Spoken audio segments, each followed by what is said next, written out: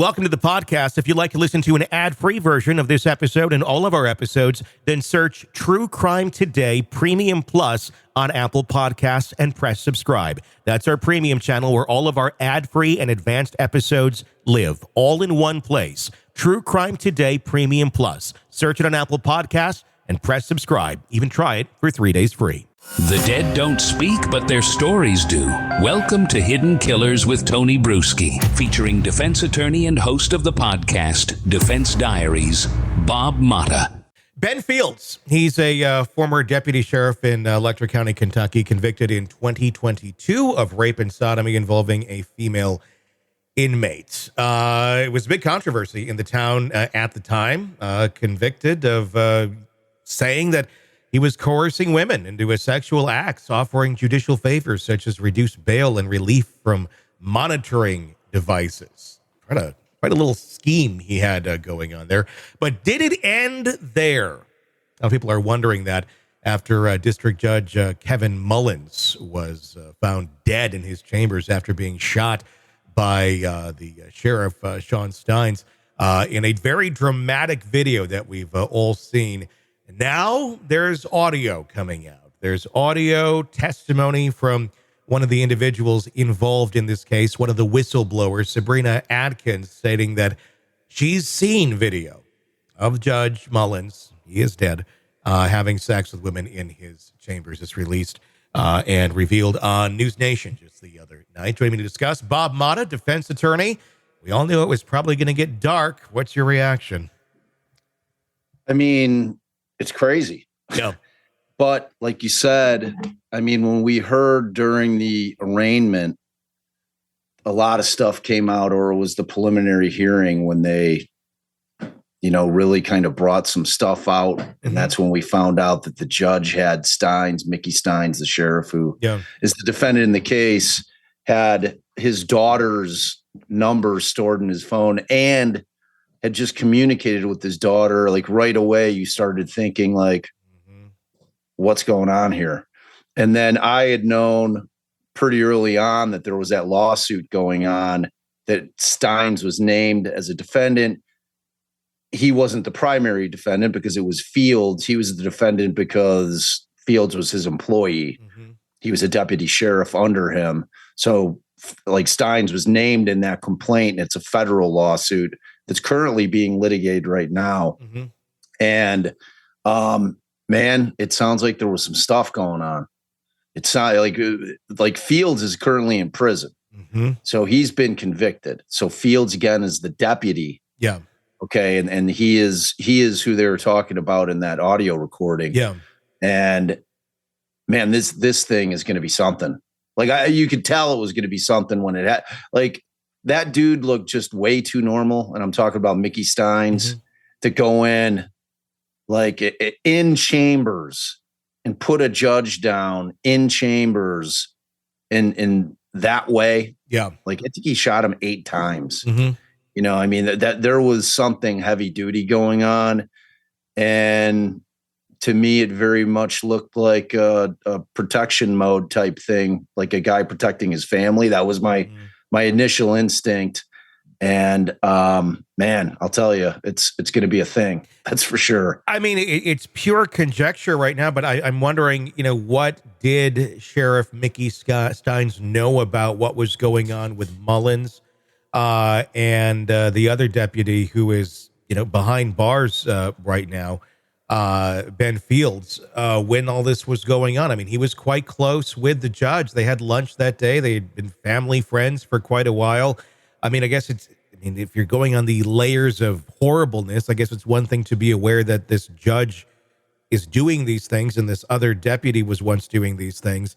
But then what more was he doing? I think that's where the question comes in when we start talking about the possibility of his daughter's information being on the judge's phone. We don't know anything about what actually happened there, but how much do you think the sheriff knew before any of this, even before we get to the picture of the daughter in the chambers that day? I think not much. You know what I'm saying? I think that this is a thing that kind of came to a head. I mean, obviously that federal suit was filed in 2022. Okay. Or February of 2022, I believe. It was definitely filed in 2022. Yeah. So he knew what the allegations were, right? So he knew that there was allegations that his employee was basically using his power and his position to, extract sex from, people that were either under arrest or threatening arrest or, trying to get monitors off their ankles, whatever the case may be. And so he obviously had some kind of knowledge that it was going on. Whether or not he had a hand in it is a completely different thing. Yeah. It's like, it's hard to know at this point. I tend to think because of the response that it was a surprise. Kind of caught him off guard, maybe. That's what I mean. That response, just kind of losing it right there, or to do it in his chambers, probably having a full understanding. He knew he was never walking out of those chambers, getting away with it. You know what I mean? That is a manslaughter type response where the heat of the moment, that something broke in terms of information and he just lost it, man. It feels like that to me. And now we're starting to see the seedy underbelly of what it might've been. So how do you think this then affects the case against Sheriff Stines here for the murder? Just last week we were talking about they were floating the possibility of the death penalty around, which seemed rather premature for something like this. But now you get into this. I guess it's really going to depend a lot on what did he know and when did he know it in terms of his reaction. 100%. 100%. Because typically you kill a public official, it's death penalty eligible. Mm-hmm. So they're always going to talk about that. So, once his lawyer, and I'm talking about Stines' lawyer, starts digging into this case, which he has, and, they're going to start uncovering things. I know based on some research I've done that they're desperately trying to get the Attorney General's investigation and discovery from the Attorney General regarding Fields and what they uncovered in their investigation. So they're digging. They're trying to figure out how they're going to be able to corroborate exactly what their client is probably telling them happened. And what was the cause of this thing. So it's going to be one of those cases that I think is going to blow minds, to be honest with you. I think there's going to be, if these allegations with respect to Judge Kevin Mullins are true, that is just unbelievable. Yeah. If you've got a judge that is in exchange for sexual favors, providing leniency to defendants in cases, man, it is going to be unbelievable. And then you have to try to figure out, if you're the prosecutor's office, how do you factor that in? Because we do not live in a vigilante country. We can't just go take the law into our own hands. We've talked about this multiple times on different cases. Yeah. Can't do it, but how does that affect what you charge them with? Yeah. Well, so it's going to be really interesting. I guess my other, none of this, it's not like anybody here has absolute power. These are systems of multiple people that have to know what the right hand and left hand are doing of the others to make this all work. So then it goes to the next question. Who else knew?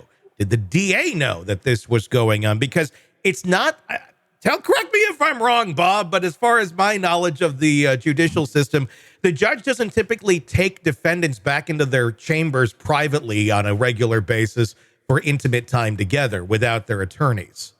You are not wrong, Tony. I've never seen a judge take a defendant back in chambers ever under any circumstances. Yeah.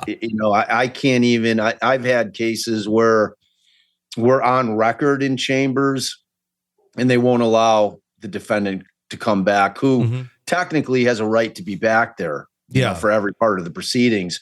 But dude, no, that does not happen. That is not a normal thing. You would think there'd be people going, this is kind of odd. He keeps having these female defendants that have, I'm going to guess somewhat minor charges that he could bump around his way. And I'm not trying to make a pun. I really was not.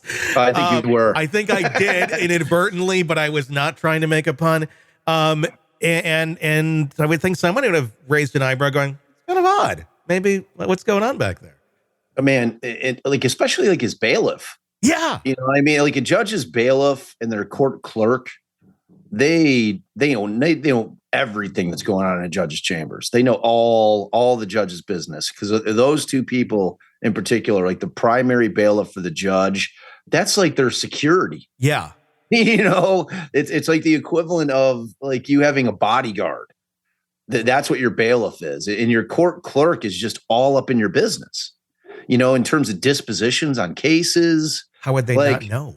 Right. That's what I'm saying. So, because like when the clerk is entering a disposition, and say, for instance, that clerk is privy to that defendant going back in chambers, and then at some point during that defendant's next court date, she gets some kind of nollie pros, or the judge does something that really changes the course of her case in a significant way, and that clerk has to enter it into the system. You don't think that clerk's putting it together?